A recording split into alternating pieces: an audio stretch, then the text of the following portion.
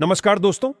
एक बार माता लक्ष्मी भगवान विष्णु से मिलने के लिए जाती हैं और कहने लगती है, प्रभु, जब मैं आपसे मिलने के लिए आ रही थी तो मेरी नजर मृत्यु लोक पर पड़ी।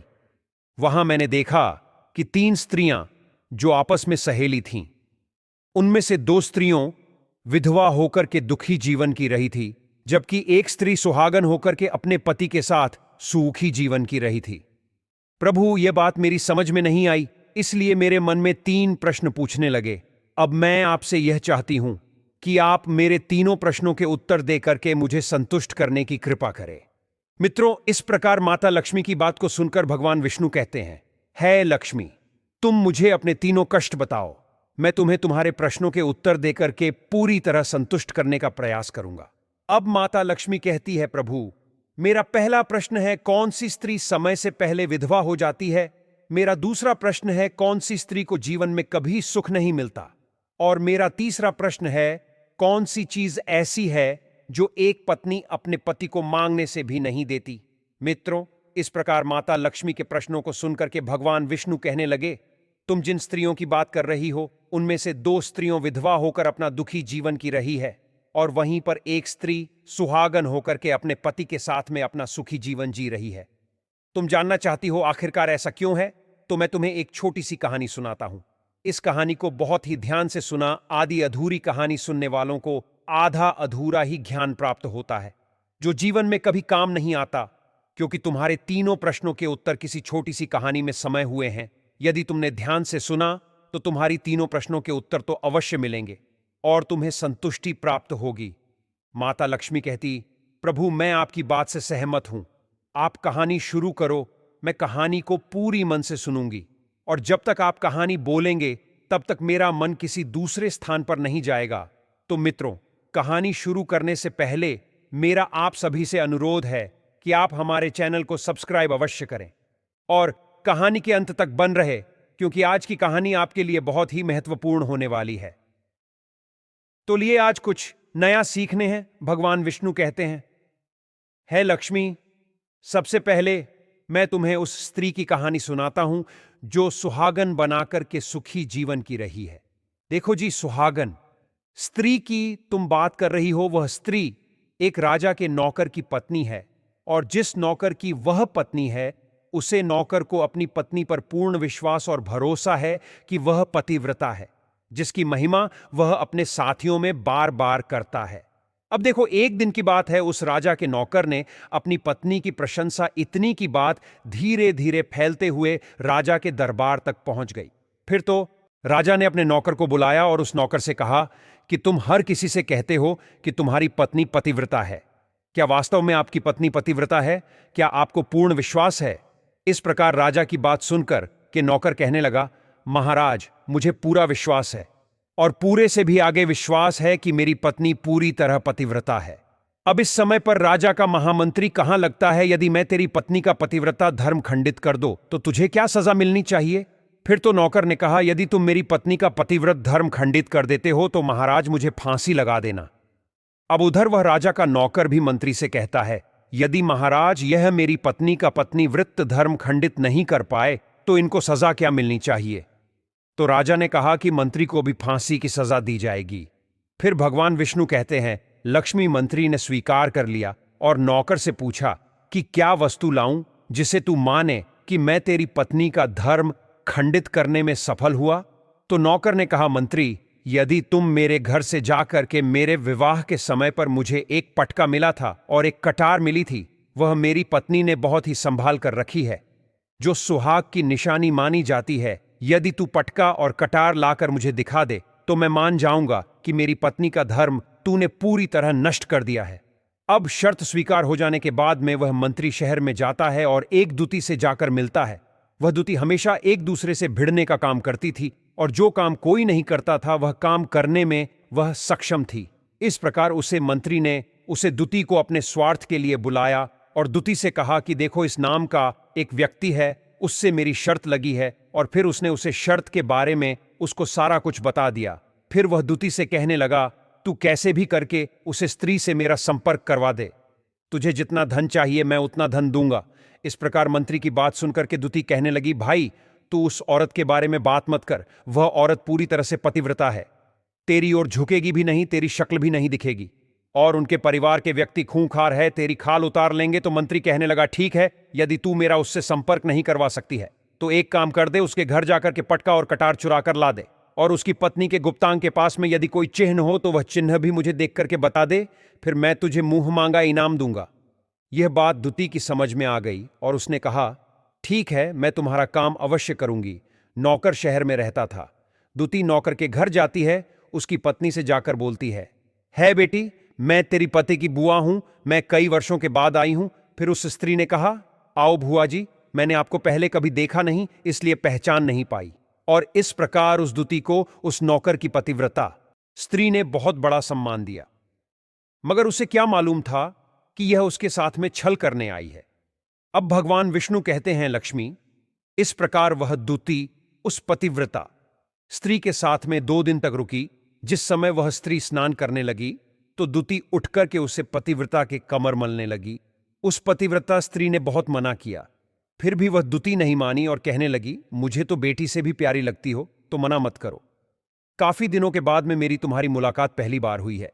अब ऐसा कहकर कि वह दूती मुख पर हाथ फेरने लगी, फिर आंखों को धोने के बहाने से उस दूती ने उसे पतिव्रता स्त्री की आंखों पर पानी मार दिया और उसे स्त्री की आंखें बंद हो गई। इस प्रकार गुप्तांग के पास में जांघ पर उस स्त्री के एक तिल था जो दूती ने देख लिया, बस उसका काम बन गया।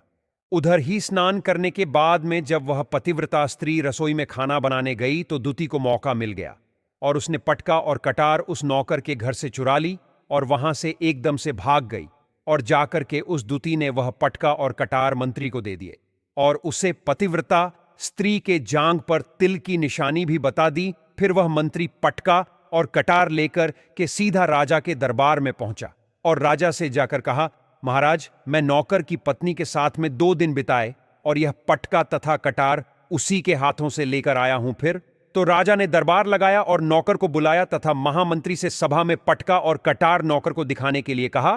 फिर राजा की आज्ञा पाकर के मंत्री ने उस नौकर को पटका और कटार दिखाई और उसकी पत्नी की जांघ पर तिल भी बताया। तो नौकर मान गया कि वास्तव में आज मेरी पत्नी ने अपना पतिव्रत धर्म पूरी तरह से भांग करवा लिया। भगवान विष्णु कहते हैं, लक्ष्मी, फिर तो राजा ने फांसी का दिन 15 दिन के बाद में रख दिया और कि नौकर को 15 दिन के बाद में फांसी पर चढ़ाया जाएगा।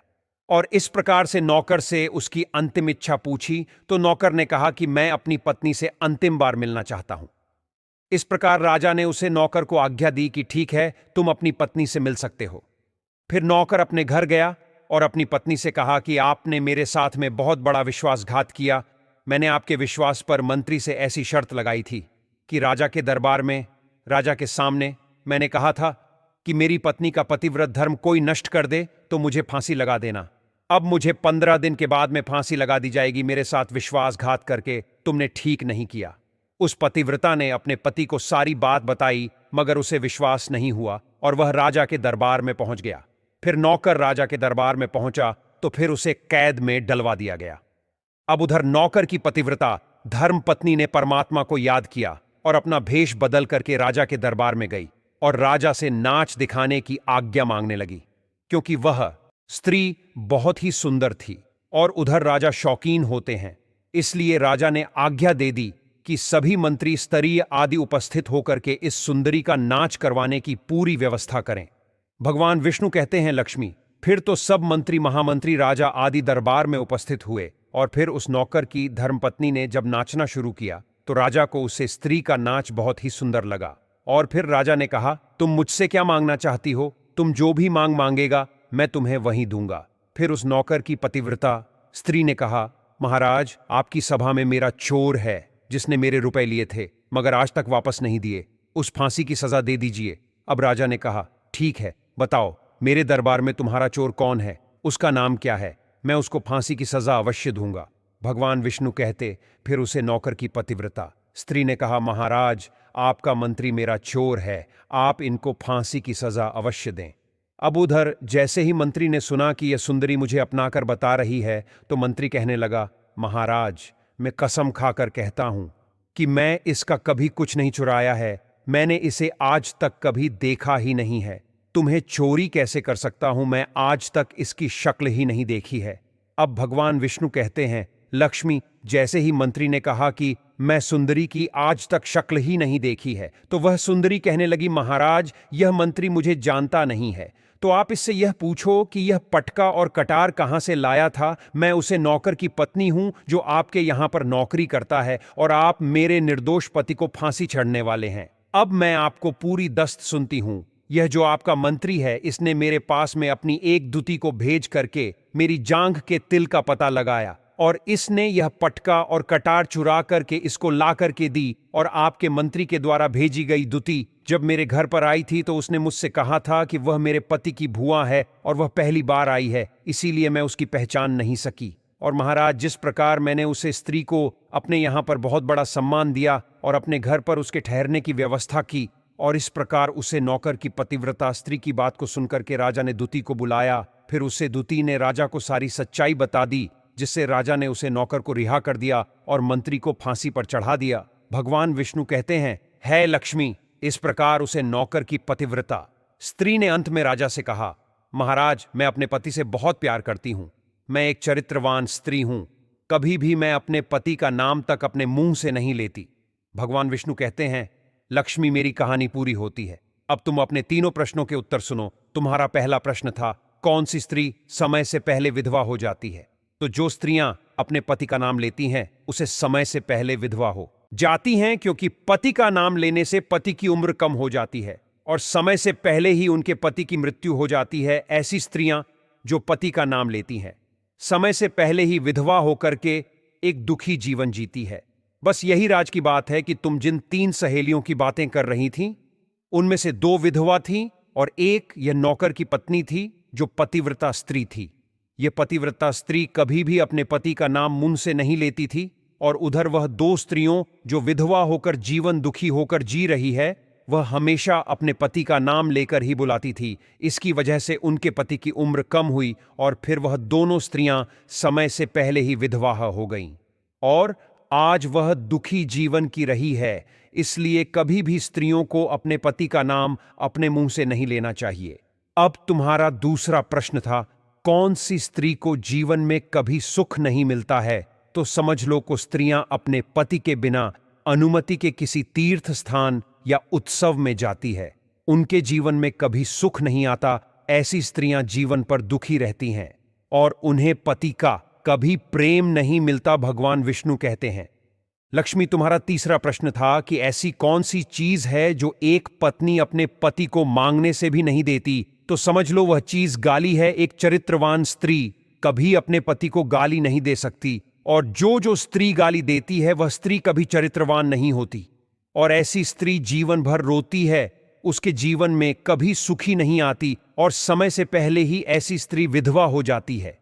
मित्रों, इस प्रकार कहानी सुनाने के बाद में माता लक्ष्मी पूरी तरह से अपने तीनों प्रश्नों से संतुष्ट होकर कहती हैं, प्रभु, वास्तव में जो स्त्री चरित्रवान होती है वह कभी दुखी जीवन नहीं जीती है, क्योंकि ऐसे घर में लक्ष्मी का सदा वास होता है और वह घर धन धान्य से हमेशा भरपूर बना रहता है।